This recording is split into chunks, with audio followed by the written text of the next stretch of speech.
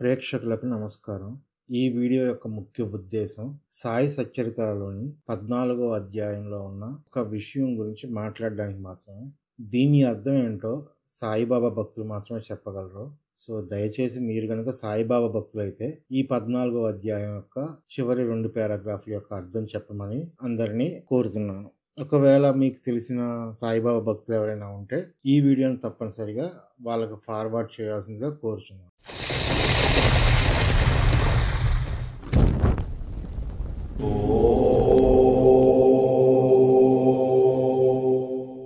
ఈ వీడియోలోకి వెళ్లే ముందుగా మనం ఒక వ్యక్తి గురించి చెప్పుకోవాలి. ఆవిడ పేరే రాధాకృష్ణమాయ. ఈ రాధాకృష్ణమాయ అనే ఆవిడ ఒక వితంతు. అయితే ఈవిడ గురించి పూర్తి విషయాలు సాయి సచ్చరితాలు అయితే లభించవు. కానీ వేరే పుస్తకం వినయ్ చిట్లూరి అనే పర్సన్ రాసిన బాబా వాణి అనే పుస్తకంలో ఈవిడ గురించి కొంచెం వివరాలు అనేది రాశాడు. ఏమని రాశాడు అంటే, ఈవిడ 1905లో షిరిడీకి వచ్చిందని, ఆవిడ షిరిడీకి వచ్చేటప్పటికి ఆవిడ వయసు 25 సంవత్సరాలని, తను ఒక బాల వితంతువు అని, అలాగే తాను 35 సంవత్సరాల వయసులో చనిపోయింది అని చెప్పి ఈ పుస్తకంలో రాశారనమాట. సో మీకు అర్థమైంది కదా, రాధాకృష్ణమాయి అంటే ఒక 25 సంవత్సరాల వితంతు 1905 నాటికి. ఇప్పుడు మనం 14వ అధ్యాయంలో చివరిలో ఏం రాశారు అనేది తెలుసుకోవడానికి ప్రయత్నిద్దాము.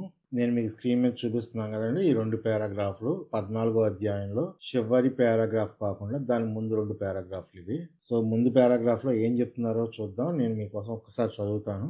దక్షిణ రూపముగా వసూలైన పైకం నుంచి బాబా కొంచెము మాత్రమే చిలుమునకు దుని కొరకు ఖర్చు పెట్టుచుండిరి. మిగతా దానినంతయు బేదలకు దానము చేయుచుండెడి వారు. 50 రూపాయలు మొదలు 1 రూపాయి వరకును ఒక్కొక్కరికి నిత్యము దానము చేయుచుండువారు. షిరిడీ సంస్థానంలో ఉన్న విలువైన వస్తువులన్నీ రాధాకృష్ణమాయి సలహాచే భక్తులు తెచ్చి ఇచ్చిరి. ఎవరైనా విలువైన వస్తువులు తెచ్చినచో బాబా వారిని తిట్టడివారు. నానాసాహెబ్ చాందోర్కర్ తో తన ఆస్తి అంతయు ఒక కౌపీనము, ఒక విడిగుడ్డ, ఒక కఫని, ఒక తంబిరేలు గ్లాసు మాత్రమే అని అయినప్పటికీ భక్తులు అనవసరమైన నిష్ప్రయోజనమైన విలువైన వస్తువులు తెచ్చుచున్నారని అనుచుండడి వారు.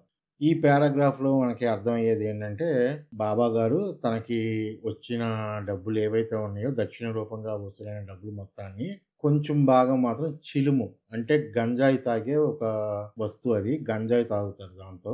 దానికోసం దుని అంటే మసీదులో ఉండే చిన్న మంట, ఆ మంట వేసుకోవడం కోసం చెక్కలు కాల్చి మంట వేసుకుంటారు, వాటి కోసం ఖర్చు పెట్టేవారు. మిగిలినదంతా దానం చేసేవారు అనమాట. అయితే ఇప్పుడు మన షిరిడీ సంస్థానంలో ఉన్న విలువైన వస్తువులన్నీ ఈ రాధాకృష్ణమాయి గారు మాత్రమే వాళ్ళ భక్తులను అడిగి తెప్పించేవాళ్ళు అనమాట. అంతేగాని బాబా గారు ఏ రోజు అడగలేదు, ఎవరి దగ్గర ఏమీ తీసుకోలేదు. అర్థమైంది కదండి. బాబా గారికి వచ్చే డబ్బులన్నీ దానం చేసేసేవారు, కొంచెం మాత్రమే ఈ చిలుమునకు దుని కొరకు వాడేవారు అనమాట. ఇందులో పెద్ద విషయం అయితే లేదు, కానీ 2వ పారాగ్రాఫ్ లో మీరు చూస్తే కనుక అసలు విషయం ఉంటుంది అనమాట. సో మీకు ఇప్పుడు దాకా అర్థమైంది కదా, రాధాకృష్ణమాయి అంటే 25 సంవత్సరాల ఒక బాల వితంతువు.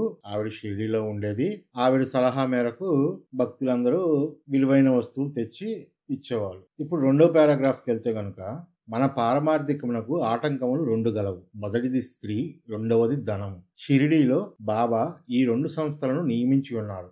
అందొకటి దక్షిణ, రెండవది రాధాకృష్ణమాయి. తన భక్తులు ఈ రెంటిని ఎంతవరకు విడిచిపెట్టిరో పరీక్షించుటకై బాబా వీరిని నియమించాడు. భక్తులు రాగానే దక్షిణ అడిగి పుచ్చుకుని బడికి అనగా రాధాకృష్ణమాయి గృహమునకు పంపుచుండెడు. ఈ 2 పరీక్షలను తట్టుకున్నచో అనగా కనకమందు కాంతయందు అభిమానము పోయినదని నిరూపించినప్పుడే బాబా దయ వలన ఆశీర్వాదం వలన వారి పారమార్థిక ప్రగతి శీఘ్రమగుట దృఢపడుచుండెను.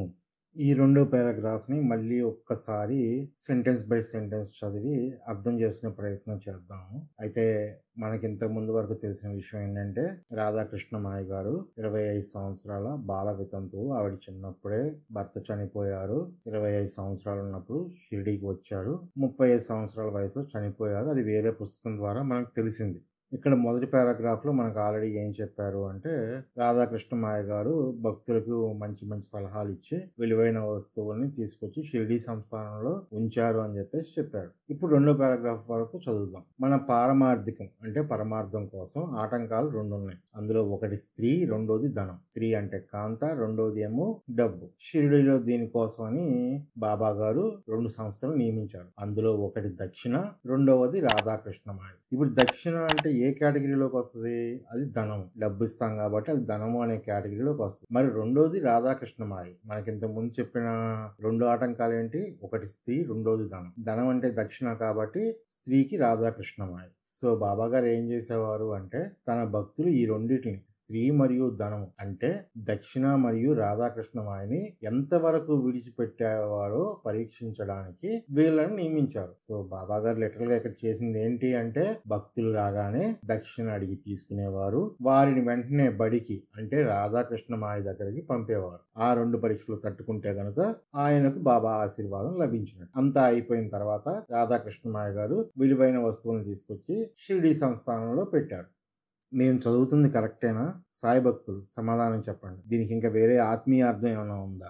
ఇక్కడ ఏం జరుగుతుంది అంటే భక్తులు షిరిడీకి వచ్చేవారు, వారి నుండి సాయిబాబా గారు దక్షిణ తీసుకునేవారు, వారిని పరీక్షించడానికై కాంత యందు అభిమానం పోయిందని నిరూపించుకోవడానికి బాల వితంతు అయిన రాధాకృష్ణమాయ దగ్గరికి పంపేవారు. ఆ తర్వాత వాళ్ళు ఇచ్చిన విలువైన కానుకల్ని ఆవిడ సాయి సంస్థానంలో దాచిపెట్టారు. మీకేమైనా అర్థమవుతుందా?